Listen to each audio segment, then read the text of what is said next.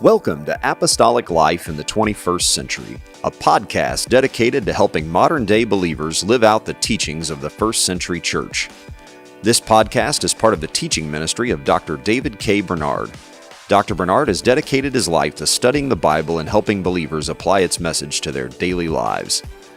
In Apostolic Life in the 21st Century, Dr. Bernard answers your questions about what the Bible teaches and how those teachings apply to everyday life. Thank you for joining us for this broadcast.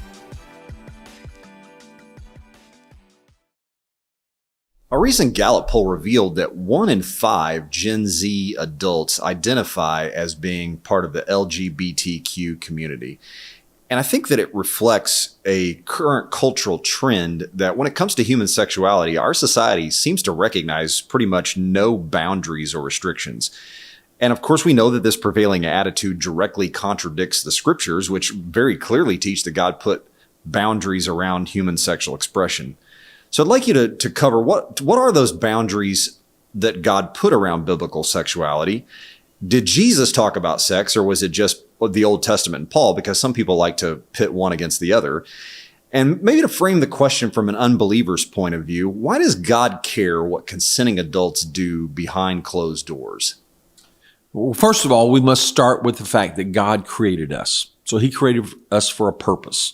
God created us to have fellowship with him, to worship him, to love him, and to have this wonderful reciprocal relationship. Then God did not just create one man, he created a man and a woman, because he said it wasn't good for the man to be alone. He needed companionship. So he created one man and one woman, he joined them, and in Genesis chapter 2, you can see God's plan for marriage, that the man would leave his father and mother, which means his pre-existing family relationships, be joined to his wife, and the two would become one flesh.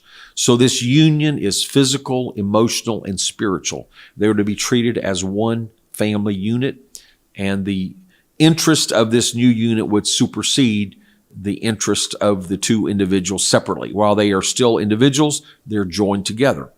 And then from that, children would be born, and this was God's plan to be fruitful, he said, multiply, fill the earth, replenish the earth. So God's plan for humans was to reproduce, to multiply, to have family relationships. So, of course, sex is a very important gift in that process. Number one, for procreation, and number two, for companionship, for joining the husband and wife together in this close family unit. The book of Malachi, chapter 3, says that God hates divorce, and he hates it when a man puts away the wife of his youth and breaks covenant. And then he makes an interesting comment, because he wants godly offspring.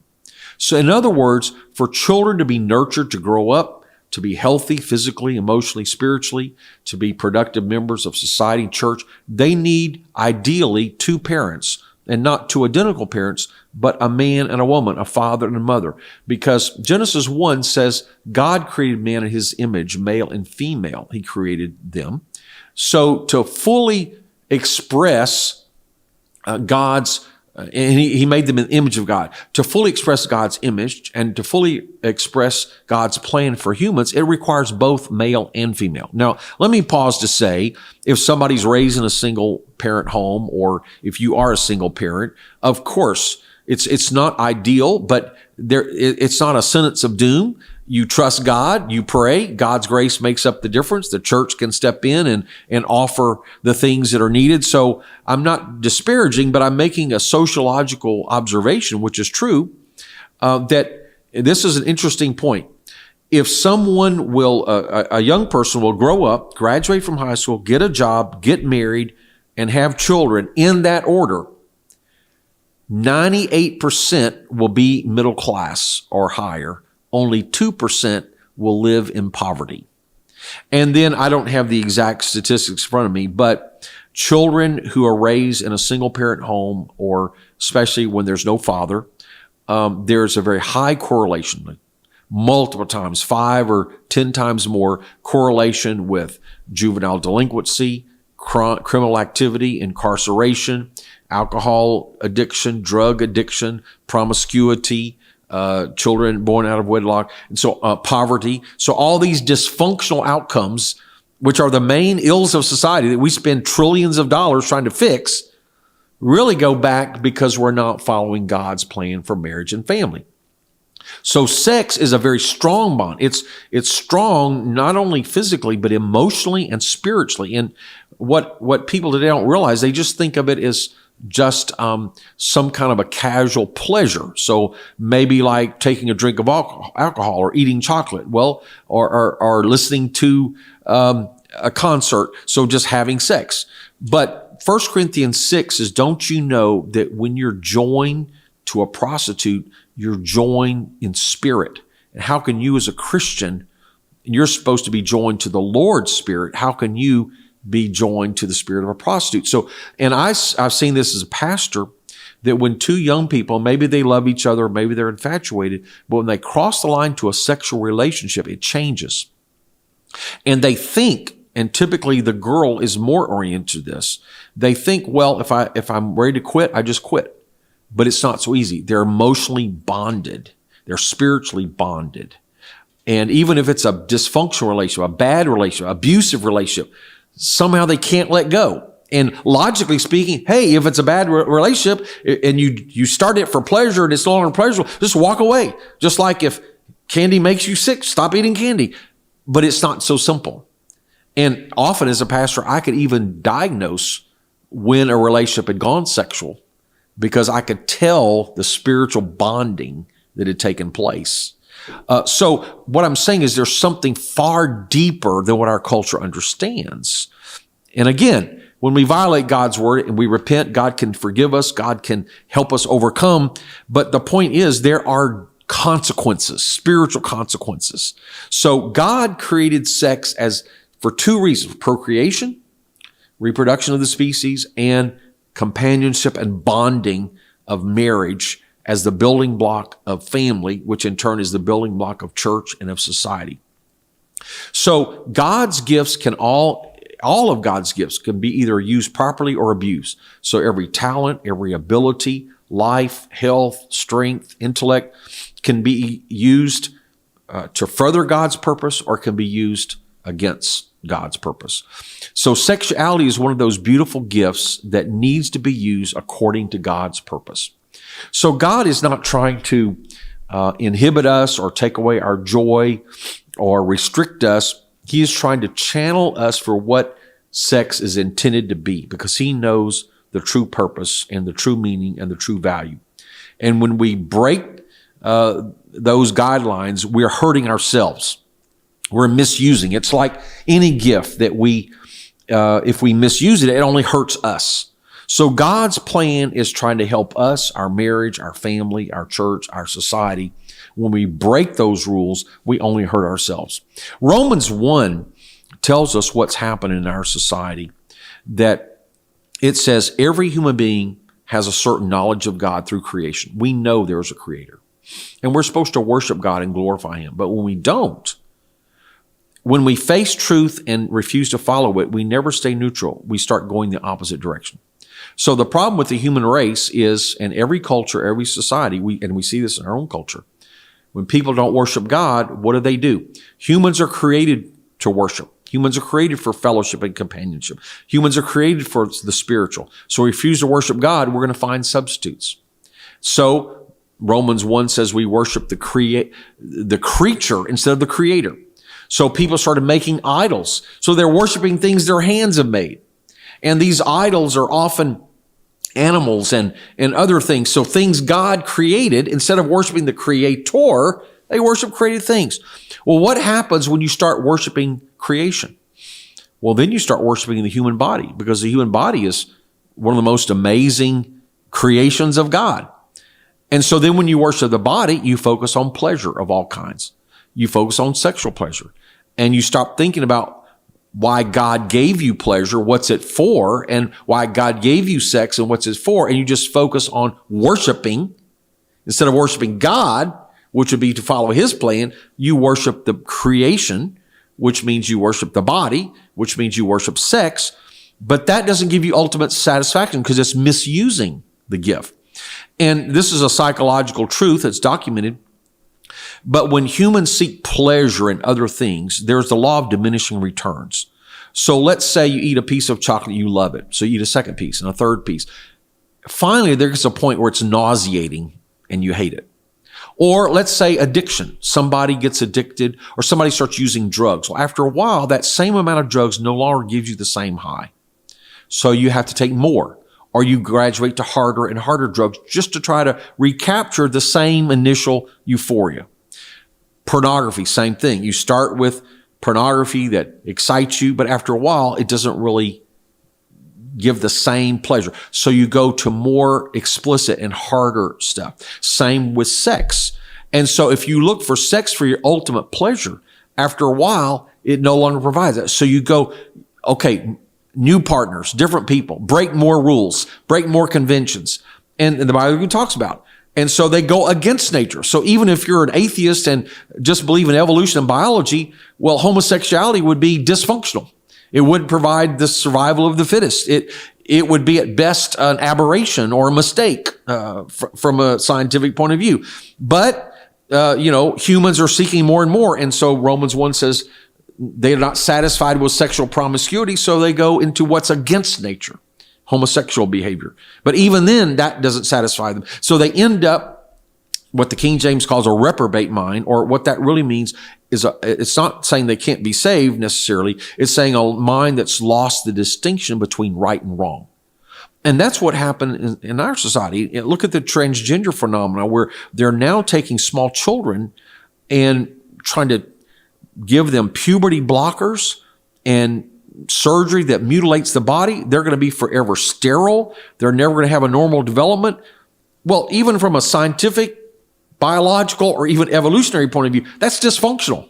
So if a person does have a dysfunctional thought, you would try to cure them. You would try to give them therapy, cognitive therapy, help them realign their mistaken beliefs to the reality of their body, not to mutilate their body because of some idea in their mind.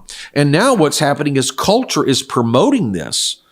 And the causes of homosexuality and transgenderism are complex, but a lot of it has to do with broken homes, dysfunctional families, absent fathers, or overprotective mothers, or just dysfunctional or abusive relationships. A lot of it has to do with early sexual experiences. When a person is just entering puberty, they're trying to find out what is right, what is normal, what is to be expected.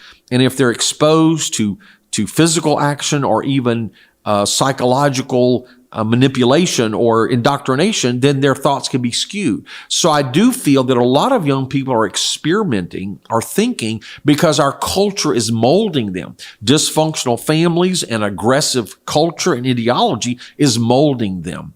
But it's all contrary to God's plan. Now, I will make a comment here, is that when somebody's caught in this, I'm not saying they're a worse sinner than anybody else. But I do believe when you see this trend, it's showing that society is going further and further away from God. So the individual that's caught in it bears responsibility, but I see them as a victim. They're trapped in a dysfunctional culture. And of course, the gospel can come and break them free from that, and they do have a responsibility to respond to God. But I think it's important for us not to attack or hate or ridicule or despise people in these various sins. We despise the sin, but we've got to be careful. Here is a lost soul. Here is someone created in the image of God, someone for whom Jesus Christ died. And we have the answer that will set them free from habitual sin and actually give them a healthy whole life. And I would argue that sexuality in God's plan is healthy and wholesome. And psychological studies have actually shown that married couples in general, and Christian couples in particular, generally have a greater, not only actual sex life, but also greater fulfillment and meaning and purpose and joy than people who are promiscuous or who are in temporary relationships. So while from a physical standpoint, it may seem they're getting more physical enjoyment, they're not getting the holistic, emotional, and spiritual enjoyment. And truth be told, many of these people end up with a very poor sex life, even from their own standards. In other words, they're not having the kind of sexual life or experience that they envisioned, because they don't have the opportunity and they don't have the relationships. In other words, when you try to separate the physical sex from everything else, you end up hurting even the physical side. And studies have shown that people that are involved in pornography actually end up having a worse sexual relationship. And people that go through multiple affairs and multiple marriages, it's actually harder to have a wholesome relationship when they really want to have a relationship. They've already built in some roadblocks, not only for physical sex, but emotional intimacy. And also I would say that this is one of those areas where more experience is not better, because two unique human beings, there's no two exactly the same. So when a young man and a young woman get married and they have no prior sexual relationship, that is not a disadvantage, because they're not learning how to have sex in general. They're learning how to build a relationship with that one person. Prior experience doesn't help you. It can actually hurt you. As you learn and explore every dimension, physically, emotionally, spiritually, you have to learn that unique person and that unique relationship. No two people are alike and no two relationships are alike. That's why Hebrews 13, marriage is honorable in all and the bed undefiled. But whoremongers or fornicators, God will judge. So within marriage, that sexual relationship, we shouldn't tamper with it. We shouldn't delve into that. And that's why I think, yes, there are times when you might need professional counseling, medical counseling, or maybe even psychological counseling, but we should guard the sacredness of marriage between a man and a woman. And you don't need to know everything everybody else is doing. You need to know what you're doing. You need to please each other. You don't need to have all kinds of experience. That actually becomes hurtful when you're trying to build this relationship. And whatever lack of experience that you have, you forge that experience with that one person. And so what I'm trying to say is, when we do it God's way, you actually have a better relationship in every dimension. So going back to the premise of your question, why does God want to restrict us? Actually, he's not. He's trying to show us this wonderful gift he's given us, what its real purpose is, and how to maximize both the benefit and enjoyment. Ironically, by trying to take it do it our own way for what we think is our own enjoyment, we actually kill the joy and we destroy the purpose. But we do it God's way, we find the true pleasure and the true fulfillment the way God intended all along. Thank you for listening to this episode of Apostolic Life in the 21st Century. If you enjoy this podcast, please take a moment to give us a review on Apple Podcasts, Spotify, or your favorite podcast app. We also appreciate it when you share Apostolic Life in the 21st Century with a friend or family member. Finally, join us again next time as we look at how the Bible applies to everyday life.